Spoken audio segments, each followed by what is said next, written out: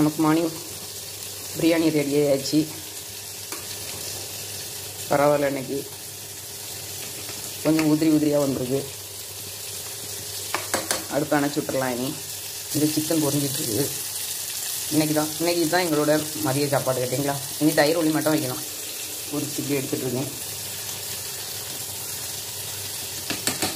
Biryani ready எடுத்தாச்சு friends.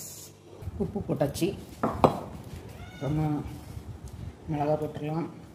அப்புறமா மல்லி இலை போட்டுடலாம். லெமனை பிழிஞ்சு விடுவோம். இது நம்ம மாடி தோட்டத்தில் இருந்து பறிச்சிட்டு வந்த அந்த மினி லெமன் ஃப்ரெண்ட்ஸ். இந்த சீடு போட்டாலே அடுத்த செடி நமக்கு நல்ல ஜூஸ் வருது பார்த்தீங்களா. அப்படியே நல்லா மிக்ஸ் பண்ணி விட்டுறலாம். நம்ம தயிர் பாக்கெட் அப்படியே அதில் கொட்டி விட்டுடலாம். ஒரு பாக்கெட் தான் இருக்குது. அட்ஜஸ்ட் பண்ணிட வேண்டியதான்.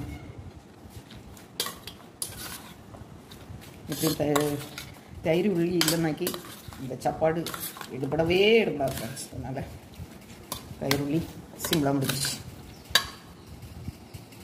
அவங்க அப்படியே தண்ணி ஊற்றிக்கலாம்.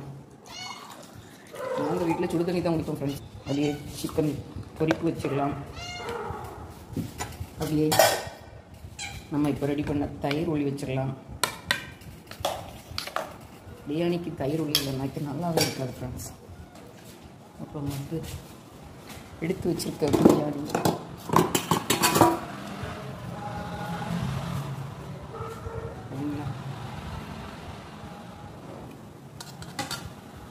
பீஸோடு எடுத்து வச்சு சாப்பிடணும். இதுதான் இன்றைக்கி எங்களோட சாப்பாடு. நீங்கள் இன்றைக்கி சண்டே ஸ்பெஷல் என்ன வச்சுருந்து என்ன சாப்பிடுங்க எனக்கு கமெண்ட்டில் சொல்லுங்கள். நான் எப்போவும் பிரியாணி வைக்கிறது கிடையாது ஃப்ரெண்ட்ஸ். எப்போ மாதிரி இப்படி வைப்பேன். இந்த வீடியோ பிடிச்சிருந்தா லைக் பண்ணி சப்ஸ்கிரைப் பண்ணுங்கள். தேங்க்யூ. நெக்ஸ்ட் வீடியோவில் சந்திப்போம். பாய்.